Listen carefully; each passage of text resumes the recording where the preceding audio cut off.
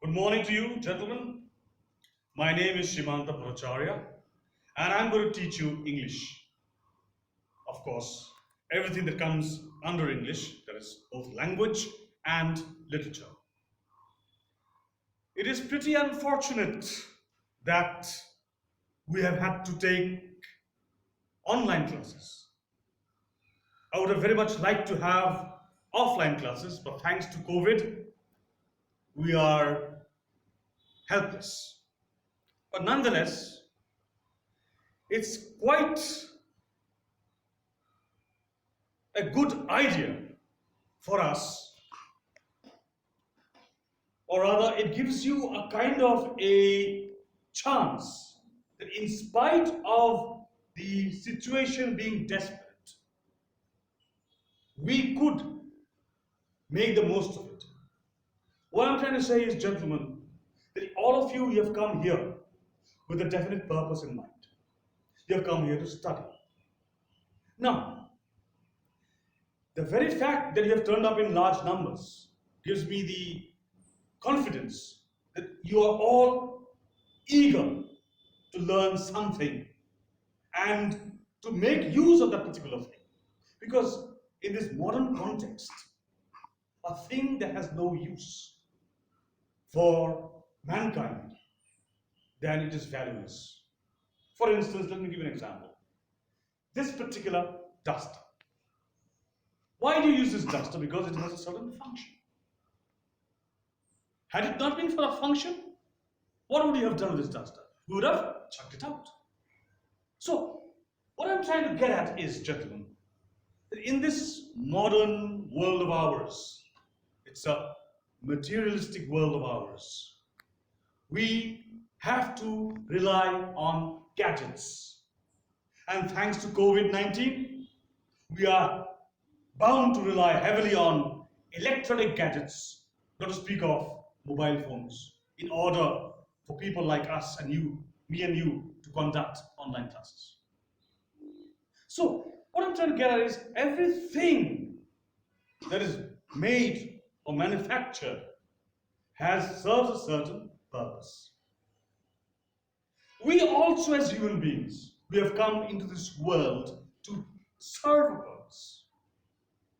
At the end of the day, a person will ask you, say after you have completed your formal studies, when you join the company, they'll ask you your name, naturally. And the next thing that they will ask you is what? What can you do for us? And if you just throw up your hands and say, I'm sorry, sir, I can't do anything, then you have got no right to stay in that place anymore. So similarly, what I'm trying to get, the bottom line is that a thing ought to have function. Without function, it can be of no use to us. Now let me turn your attention to my subject.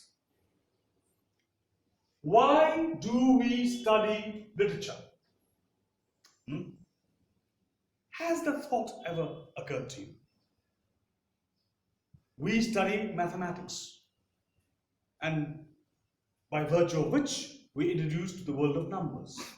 And mathematics is definitely intimately bound up with our day-to-day lives.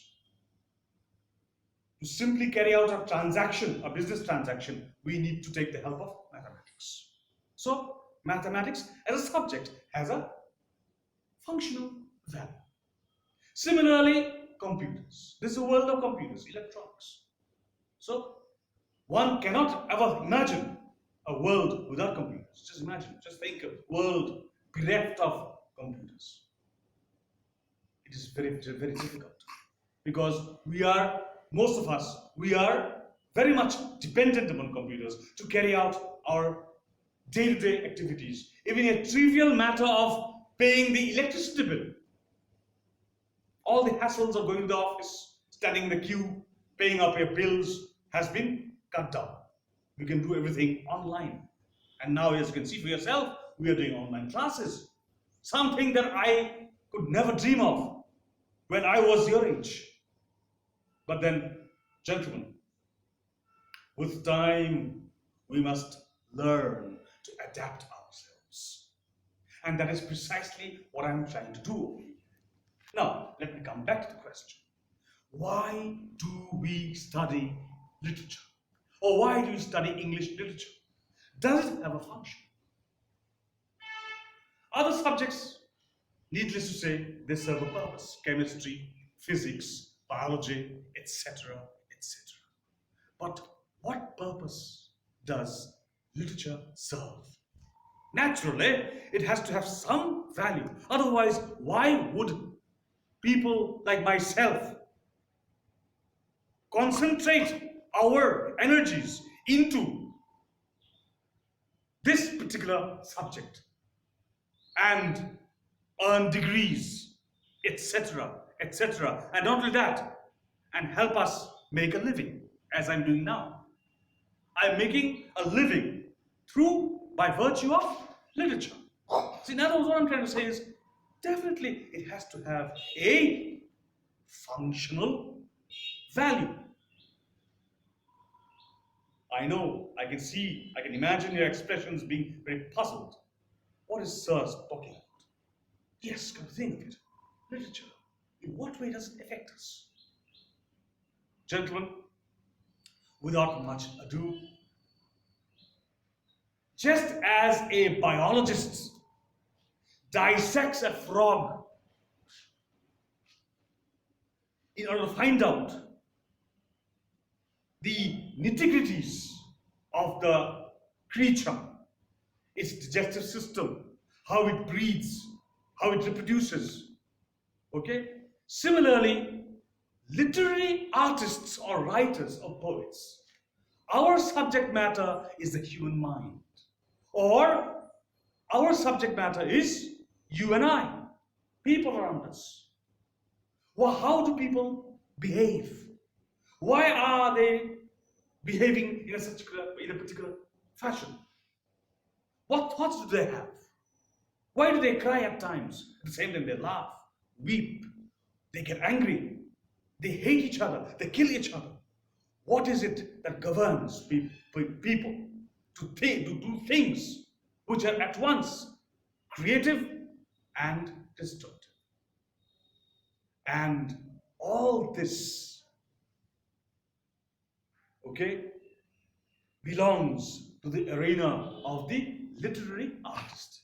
He tries to delve into the human mind, and just as an ocean diver, just as he delves into the sea to bring out the secrets beneath, similarly, literary artists, they delve into the human mind to bring out the secrets, the innermost feelings, the attitudes, the essence of the human character, and lay it bare for the rest of the world to see. How? In the form of books.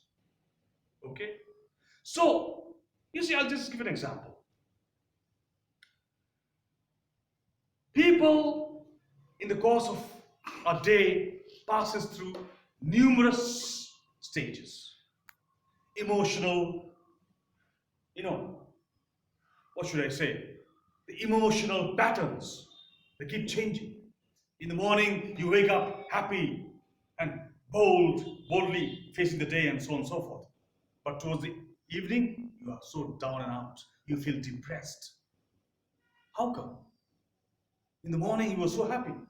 In the come evening, and you are so depressed. You're feeling so let down. Why? Now, these are the questions that an literary artist tries to explore into. And in exploring such interests, or issues rather, he arrives at certain truths which are universal in character. That reminds me of a person, or a very famous romantic poet. What did he say about human life? He said, in a particular poem of his, The Skylark, he said, "The sweetest songs are those that tell of the saddest thought." Don't you agree? Just take a look around yourself. All the great Hollywood or Bollywood numbers, the sweeter the song, the more tragic its import, the content. So you see, this particular so-called, knowledge, item of knowledge, like for instance, the sweetest songs are those that tell the saddest thought. How does one come to that kind of a vision, an idea? Through exploration. An artist constantly explores into the world scenario, both within and without. Modern writers, they have tried to dissect the human mind and see what actually goes on in a single person's character, mind. Okay? Today, I shall not bore you with too many heavy items, but I'll just present a situation for you today. I'm going to read out one of my favorite poems, written by a Welsh poet, Dylan Thomas. Now, this particular poet is addressing his father who is lying in bed, dying. Okay? That's basically the theme. The father is dying, and he addresses his father and he says, "Dear father, don't give up life so easily. Life is something very precious. Don't surrender to death. Give your best shot. Fight against death, because that is what we must all learn. Life is given us only once. So we know that death is an integral part of our lives, but we cannot simply surrender, throw up our arms and say, 'Oh death, take me into your arms.' No, that would be cowardice." He enjoins upon his father, "Father, you're lying on the bed, but give a fight. Give a fight. Don't pass away. Don't pass away without giving a fight." It's all this that that the poet wishes to convey to our readers. So I'm just going to sort of read out this particular poem, and that shall be it for today. Okay? Just a moment. Okay. Stop. Okay. This particular poem is entitled, "Do Not Go Gentle into the Good Night." Do not go gentle into the good night. Old age should burn and rave at close of day. Rage, rage against the dying of the light. Though wise men at the end know dark is right, because the words had fought no lightning, they do not go gentle into the good night. Good men, the last wave by, crying how bright their frail deeds might have danced in a green bay. Rage, rage against the dying of the light. Wild men who caught and sang the sun in flight, and learned too late, they grieved it on its way. Do not go gentle into the good night. Grave men near death, who see with blinding sight, blind eyes could blaze like meteors and be gay. Rage, rage against the dying of the light. And you, my father, there on the sad height, curse, bless me now with the fierce tears, I pray. Do not go gentle into that good night. Rage, rage